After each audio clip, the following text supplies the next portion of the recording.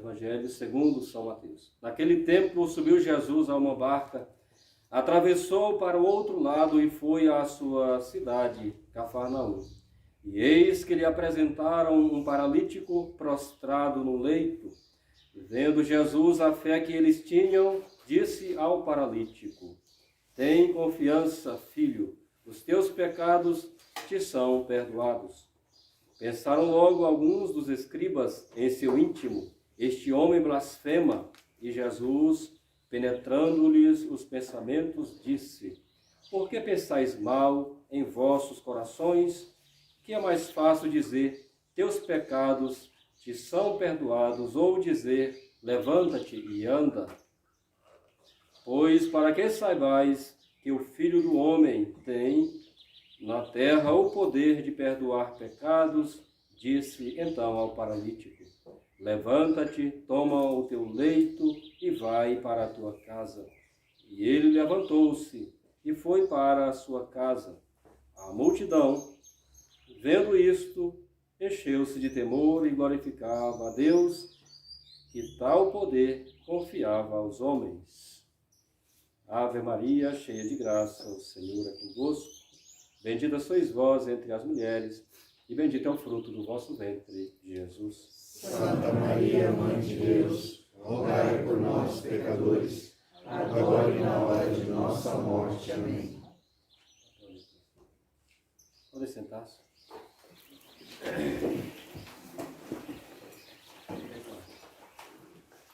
O paralítico, então, hoje é esta passagem do Santo Evangelho que nós vemos a cura de um paralítico.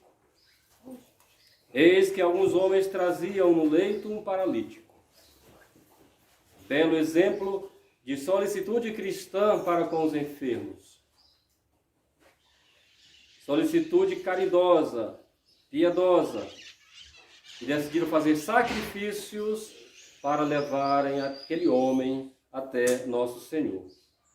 A paralisia é um símbolo de enfermidade. Enfermidade moral, enfermidade espiritual. Que são a tibieza, muitas vezes, o relaxamento, que torna a alma como que paralisada, anestesiada, acamada. E o que é pior ainda, o pecado mortal, que torna a alma incapaz, inclusive, de qualquer movimento rumo a Deus. Então, algumas pessoas precisam carregar esta alma doente até Nosso Senhor. Pega um papel.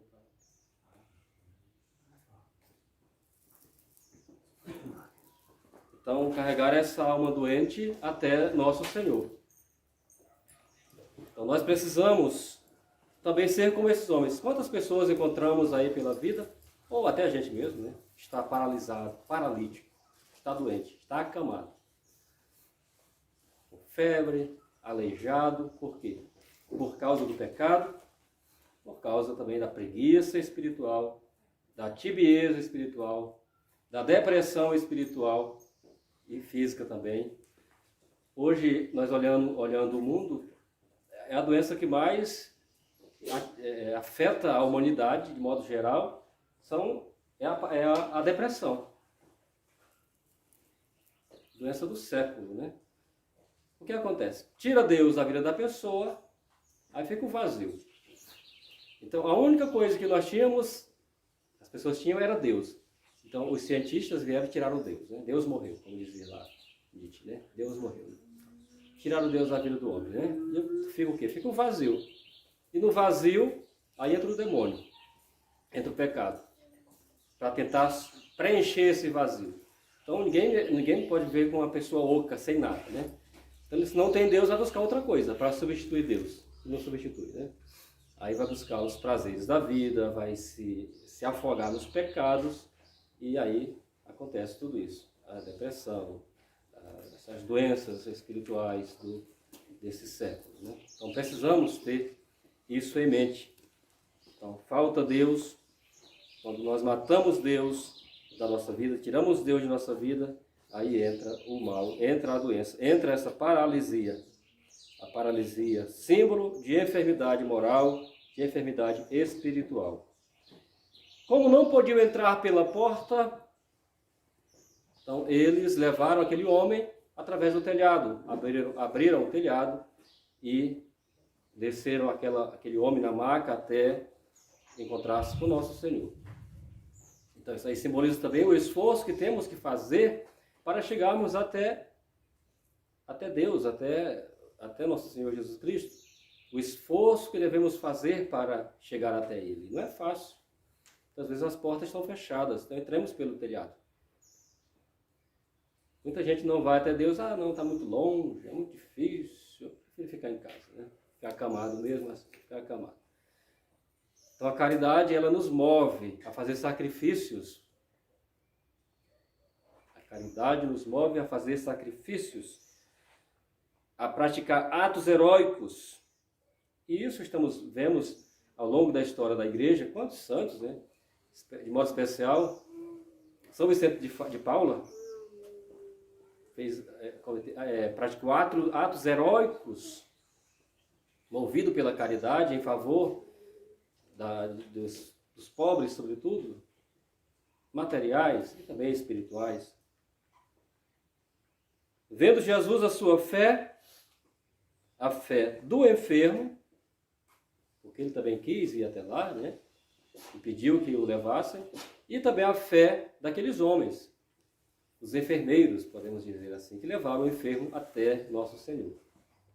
Então a fé, Jesus viu a fé daqueles homens e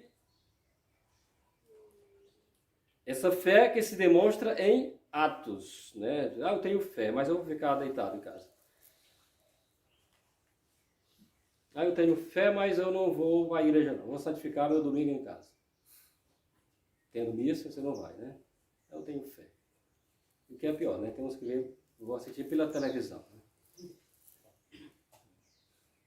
Sem entrar no mérito do que assistem na televisão, né? As missas lá. A missa nova, né? Então eu tenho fé. Então a fé, ela nos leva a ter efeitos práticos, né? A ter atitudes práticas. Não ficar deitado, não ficar esperando lá que as coisas se resolvam sem fazermos o nosso esforço. Então precisamos ir ao encontro de nosso Senhor.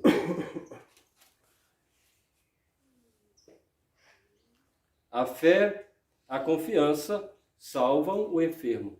Então, a fé, a confiança salvam o enfermo. Teus pecados, diz nosso Senhor, são-te perdoados. As doenças são, às vezes, efeitos de pecados. Excessos de comida. Então, excesso de pecado. Excesso de doença. Está ligado uma coisa a outra. Excesso de comida, pecado da gula. Excesso na bebida, pecado da gula também. Excesso nos prazeres. Então, isso pode levar a excessos de pecados. Levam, né, a excesso de pecados. E o excesso de pecado, o excesso dos prazeres, enfim, causam a doença. Tanto física quanto, de modo especial, ainda espiritual, né? Moral. A paralisia é uma das doenças que resultam de tais excessos. Então, os excessos levam à paralisia do corpo, como também à paralisia da alma. Qual seria, nesse caso, né, do Evangelho, a doença desse paralítico? Doença moral ou doença física para estar paralisado? Talvez as duas, né? E para se tratar de uma enfermidade é necessário tomar um remédio. Quanto mais enraizada está a doença, a enfermidade, mais forte deve ser o remédio. E devemos tomar o remédio de forma contínua, né? Por exemplo, próximo. Por exemplo, tratamento de uma enfermidade, de uma virose, por exemplo. É um tratamento que o médico passa 3 dias direto, 3 dias a 7 dias. tomar esse remédio uma vez pela manhã a cada 3 dias, né? Uma vez ao dia. Se a pessoa tomar hoje e amanhã não toma, então já cortou o efeito. Vou tomar só depois. Então já não serve, já cortou o efeito do medicamento. Já diminuiu o efeito do medicamento. Não vai alcançar a cura. Assim também, quando a gente vai se confessar, é bom ter uma frequência, né? Uma frequência saudável, como um remédio. A confissão é um remédio para a alma, né? É um sacramento de cura. E até uma obrigação que a igreja nos impõe, né? Confessar-se ao menos uma vez ao ano. Padre Pio, ele recomendava que se confessasse ao menos a cada 15 dias. É um tempo bom. Se passar disso, se tiver um pecado grave ali, ele vai segundo confessa, vai enraizando. De repente você já está como câncer, né? Cria metástase, já não tem mais cura. Se a gente morrer nesse estado, a gente vai para o inferno, vai se condenar, né? Então procuremos o mais antes possível tomar o remédio para o pecado, para a paralisia, contra essa paralisia do pecado, confessando-se e comungando, obviamente, os 2 sacramentos que nosso Senhor deixou para nós. Esse sacramento, como já estou falando, né, foi instituído por nosso Senhor, o sacramento da penitência, e ele passou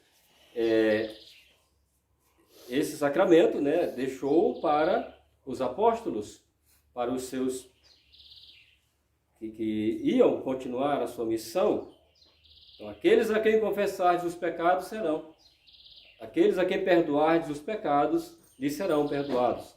Aqueles a quem lhes retiverdes, lhes serão retidos. Então, ele deixou esse sacramento para a igreja.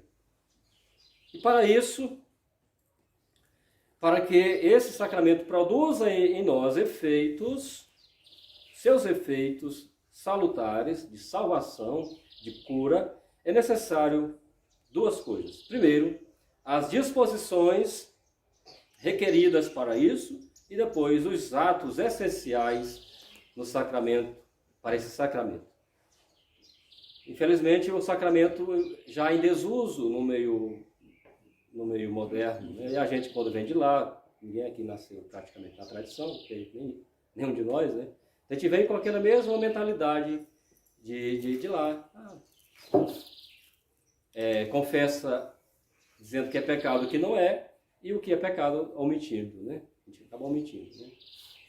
Então, o sacramento da penitência existe as disposições para que se faça e os atos essenciais para que se possa dizer que pecado. Então, é bom a gente ter isso em mente, né? Então, a primeira coisa são as disposições necessárias. São 3 as disposições necessárias para uma boa confissão. Ser humilde. Essa disposição tem que ser humilde, simples e inteira, completa, real. A humildade. O pecador deve estar convencido de sua culpabilidade.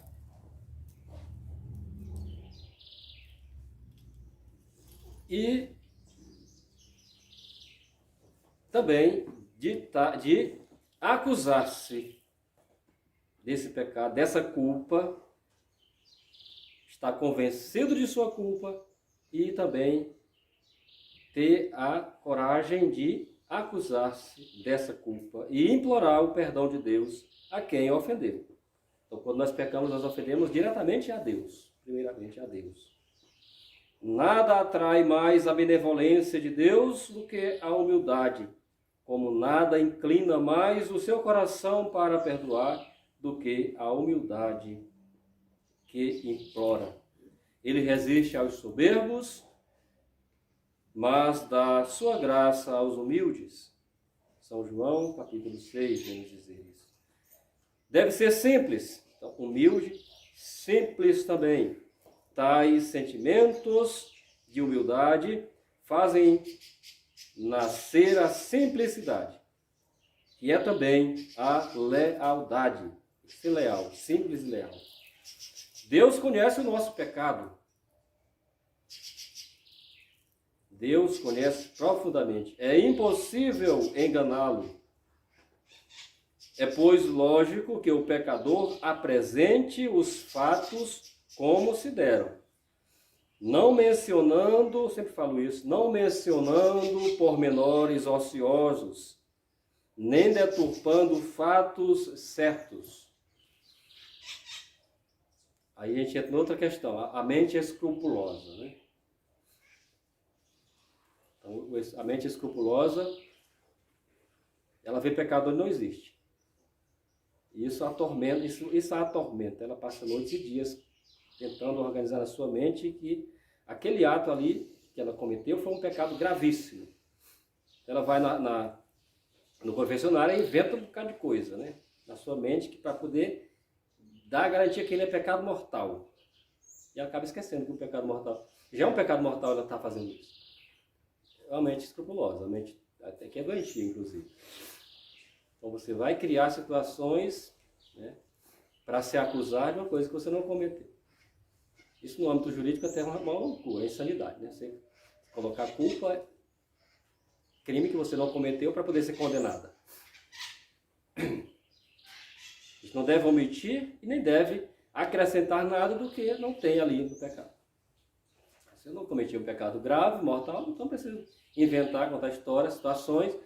É por isso que fala, os pormenores, os detalhes ociosos, deturpados. Então isso acaba que invalidando, inclusive, a sua confissão. É um sacrilégio. Você acaba cometendo um pecado grave aí. Um sacrilégio. E somente escrupulosa. Como eu já falei uma vez, repito, a mente escrupulosa ela provém de três maneiras, três vertentes, podemos falar. Pode ser uma permissão de Deus, aí os escrúpulos ali, para purificar, né, para perder a alma, mas para purificar, Deus permite que sejamos tentados, né, pelos escrúpulos. Pode ser também uma tentação diabólica, aí já é mais duradoura, né, porque o diabo ele vem para perder as almas, então dura mais um pouco, é uma tentação. Porém, olha só, 90% dos casos são problemas psíquicos mesmo. É coisa da sua cabeça. Nem a tentação, nem a provação que Deus lhe envia, e nem a tentação do diabo. É coisa da sua cabeça. São coisas criadas pela sua cabeça. E o escrupuloso, ele não tem paz. Não tem um segundo de paz. Que a mente dele não deixa. Se ele espirra, eu já pequei, porque eu espirrei muito alto. Eu passei em frente à igreja modernista e me benzei. Aí eu apostatei, pronto. Aí ele vai provar que apostatou porque se benzeu em frente a uma paróquia modernista. Aí eu falei com o protestante ali, deu um tchau. Ah, foi respeito humano. Eu estou em pecado mortal. A pessoa não consegue, não tem paz. Tem gente que, eu vou comprar no Carrefour porque eu acho que lá são maçons. Ah, eu comprei, recebi um presente do Carrefour. Não vou aceitar, porque senão eu estou endossando a maçonaria. Então isso acontece muito.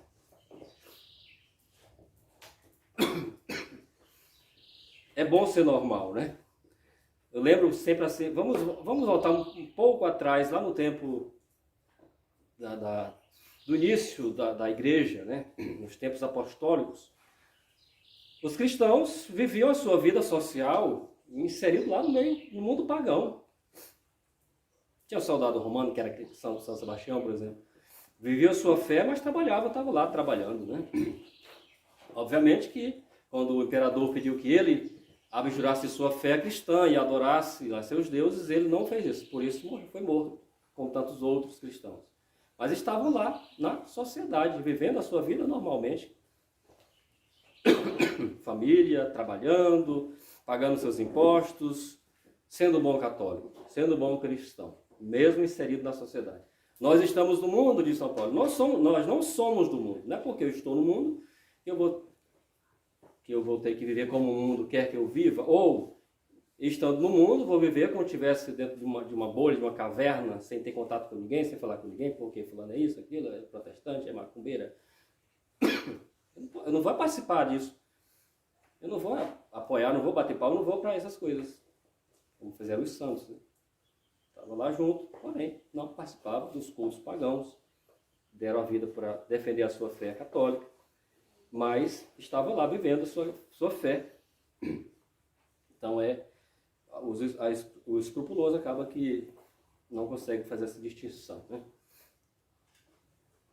A outra disposição, para a gente concluir, são, aliás, os atos essenciais para que possa haver uma boa confissão. As disposições, como já falei, humildade, simplicidade e inteireza da coisa, e os atos essenciais,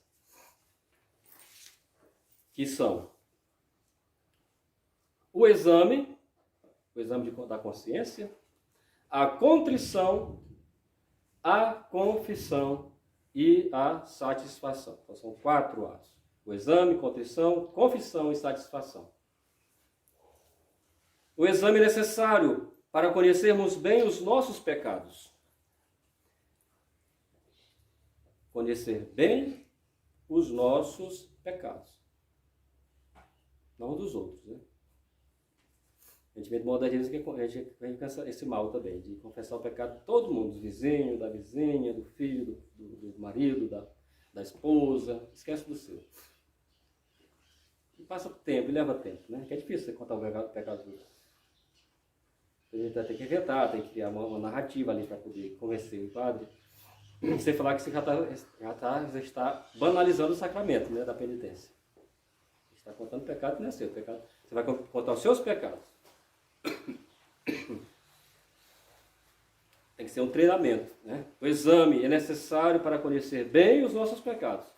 Deve-se fazê-lo com simplicidade e diligência. Quanto mais frequente forem as confissões, mais fácil e rápido será o exame de consciência. Isso que é bom. Se confessasse regularmente, a cada 15 dias, a cada 30 dias.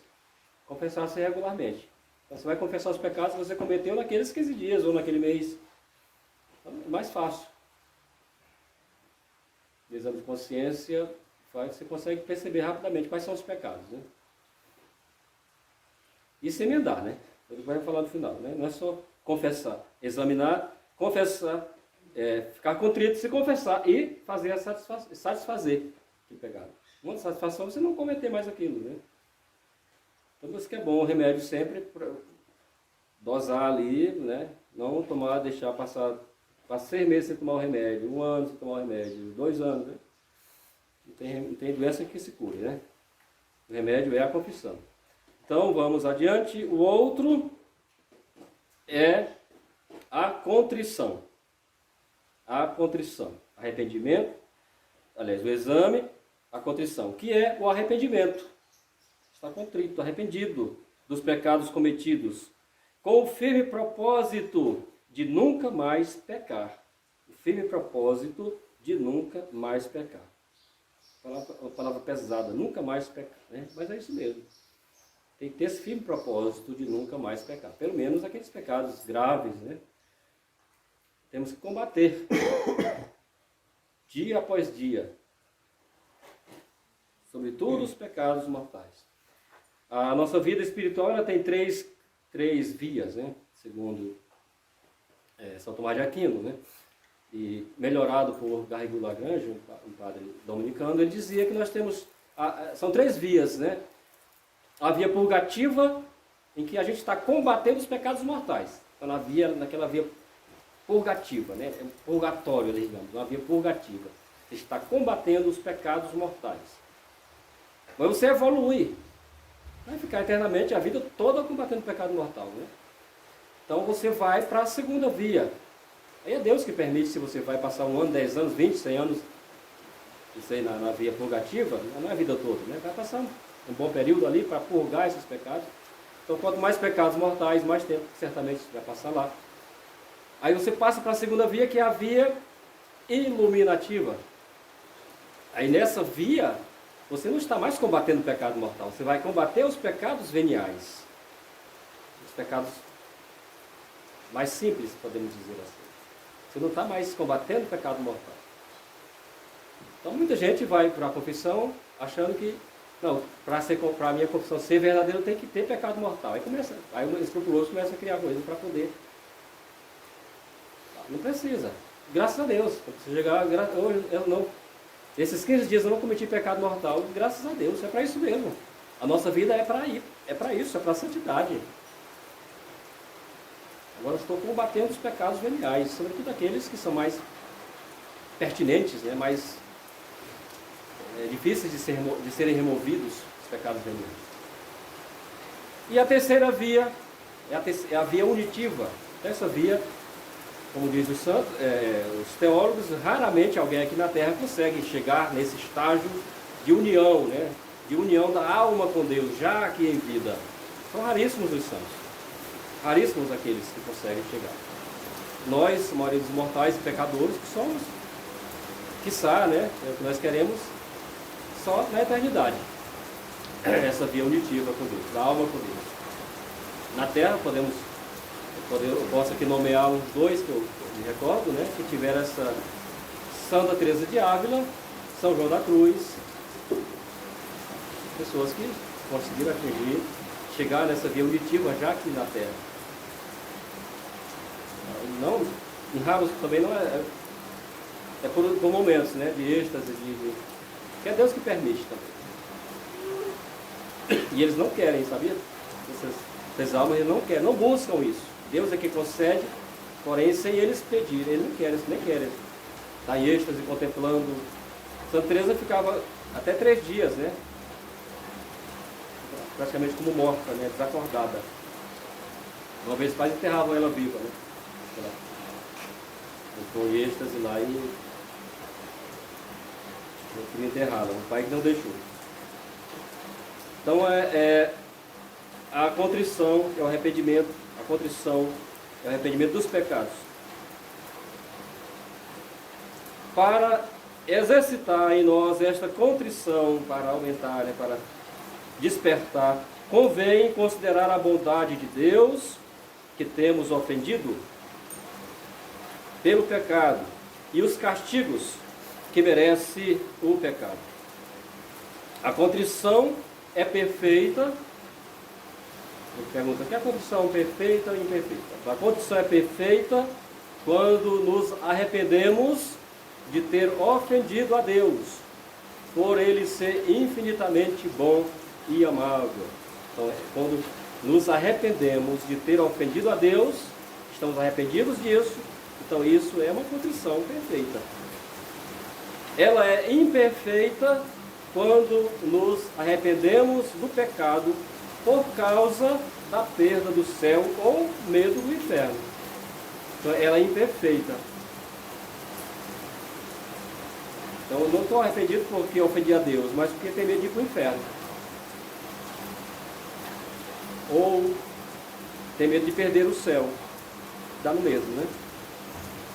Não existe 2 caminhos, um para o céu e outro para o inferno. Então é imperfeita quando o meu arrependimento é só por causa disso. Não porque eu ofendi a Deus. Quando eu me arrependo porque eu ofendi a Deus, aí sim, é perfeito. A contrição deve necessariamente estender-se a todos os pecados mortais cometidos. A todos os pecados mortais cometidos. Por isso é preciso acusá-los com sua espécie, número e circunstâncias, sem pormenores, mas tem que nomeá-los. O pecado contra, por exemplo, o 6º mandamento. Eu pequei contra a castidade. É muito genérico. Você não vai dizer, né? Mas em que modalidade? Em que modalidade esse pecado foi cometido? Né? Fornicação, adultério, enfim, tem que dizer em que modalidade, né? Pecado contra o 6º mandamento. Então tem que ser em número, se você lembra, né? Em número, espécie de pecado, número. Se passou de 3, 4, você não precisa mais dizer, foi 50 vezes, não. Foram várias vezes, até 4 vezes dá de lembrar, né? 4 vezes. Então 5, 6, 7, 8, você não lembra mais, então foram várias vezes. as circunstâncias. Também diz muito, nos lugares, onde é que você estava? Estava fazendo o quê? O outro ponto, então, além da contrição, temos a confissão. Está contrito, arrependido, agora você vai confessar, vai se confessar, vai falar, né? Consiste em acusar os pecados ao confessor. Vai acusar, se acusar diante do confessor. De modo simples, claro e distinto, para ele poder julgar a sua gravidade. Então o padre vai julgar a gravidade do pecado. Então, vai de modo claro, simples, para que o padre possa julgar a gravidade do pecado. Se escondesse qualquer pecado, ou se lhe mudasse o aspecto, de modo que de grave parecesse leve, seria cometer um horrível sacrilégio, e não alcançaria o perdão de nenhum pecado. Se por vergonha, muitas vezes, comete um pecado grave, ele vai com vergonha e diz, não, mas foi por causa disso, tentar atenuar a situação, né? Você acaba cometendo um sacrilégio. Tentando parecer o pecado sendo grave, tentando mostrá-lo como se fosse um pecado leve. A matéria necessária a confessar são os pecados mortais, ainda não redimidos ainda diretamente pela absolvição, como também os pecados involuntariamente omitidos, você esqueceu, né, em confissão anterior, os pecados mortais. Pecados mortais. Esses são a matéria para a absolvição. E quem não tem pecado mortal não pode confessar-se? Então vamos lá adiante. Aqui, matéria livre são os pecados duvidosos e os pecados veniais. É livre. Ou seja, se a pessoa chega para a missa aqui, não tem tempo de confessar, então ele não tem pecado mortal. Tá? Ele está tranquilamente na sua mente, não tem pecado mortal. Não cometeu pecado mortal durante a última confissão até então. Então é uma matéria livre, ele não é matéria necessária. Então, você pode confessar ou não deu tempo, não confessa. Porque na missa também temos 2 momentos para a absolvição desses pecados veniais. Ou até de dúvida, se não sabe se é pecado, então está na dúvida. Então, qual é o momento? No confíteon primeiro ali, dos fiéis, e no confíteon antes da comunhão. Aí, nesses 2 momentos também são perdoados os pecados veniais. Os pecados mortais não. Tem que confessar. Você tem que saber o que é pecado mortal e o que é pecado venial. O que é pecado mortal, qual a matéria. É bom saber disso. Então, a matéria necessária é o pecado mortal. A matéria livre são os pecados duvidosos e veniais. Matéria suficiente são os pecados veniais ou pecados mortais já perdoados, excitando-se a contrição sobre eles. Então, a matéria suficiente. Então, o padre já deu a penitência, já perdoou o pecado, e a pessoa vai exercitar-se ali para ter aquela contrição de que se arrependeu mesmo de fato daqueles pecados. Aí vem a satisfação, que é para mostrar, né, na prática que o pecado sempre traz uma pena, você tem que satisfazer aquela pena. Quando alguém comete um crime, ele vai para a cadeia, né, para pagar aquela pena. E a gente, quando comete, no caso, um crime moral, né, o pecado, a gente vai pagar, tem uma pena também a ser cumprida. Geralmente a pena no geral, é uma oração. O padre passa a fazer uma oração, rezar um terço, rezar um rosário, fazer uma via sacra. São geralmente obras espirituais, né? Em alguns casos pode também ser obras corporais, materiais, né? Mas a maioria das vezes são obras espirituais. Antigamente a igreja fazia muito isso, de obras corporais, quando o pecado era muito grave, né, público, assim. Então fazia uma penitência, por exemplo, lá no Maranhão, São Luís, um O penitente foi a pena, o que ele tinha que fazer, né, como para cumprir a sua penitência, era uma igreja. Ele era muito rico também, né? Fez uma igreja muito bonita, dedicada a São João Batista, para cumprir a sua pena. Fez a igreja e pagou a sua pena, a satisfação pelo pecado cometido. Então a satisfação é o quarto ponto, né? É a execução da penitência imposta ao penitente pelo confessor. Tal penitência tem por fim reparar a injúria feita a Deus pelos pecados cometidos. Então, a injúria feita a Deus pelos pecados cometidos. Então, você vai reparar essa injúria fazendo a igreja, né? Isso é mais difícil, mas fazendo alguma obra de caridade também, ou fazendo as suas orações que o padre impõe para se rezar. A pena de acordo com o delito. Deve ser cumprida essa pena, deve ser cumprida essa penitência, né? O quanto antes, para não se expor ao esquecimento. Então, você padre confessa, você tem que confessar logo ali no início, na primeira semana, primeiros dias ali, para não correr esse risco de esquecer. Feito isso, aí sim, você está aí recebendo, né, esse remédio, né, que é para a cura dessas enfermidades. Então que Nosso Senhor também possa vir até o nosso encontro, nós também até o encontro dele, possamos nos dirigir até ele, para buscar a cura de nossas enfermidades morais, especialmente nesses tempos de hoje. Louvado seja nosso Senhor Jesus Cristo. Para sempre seja louvado.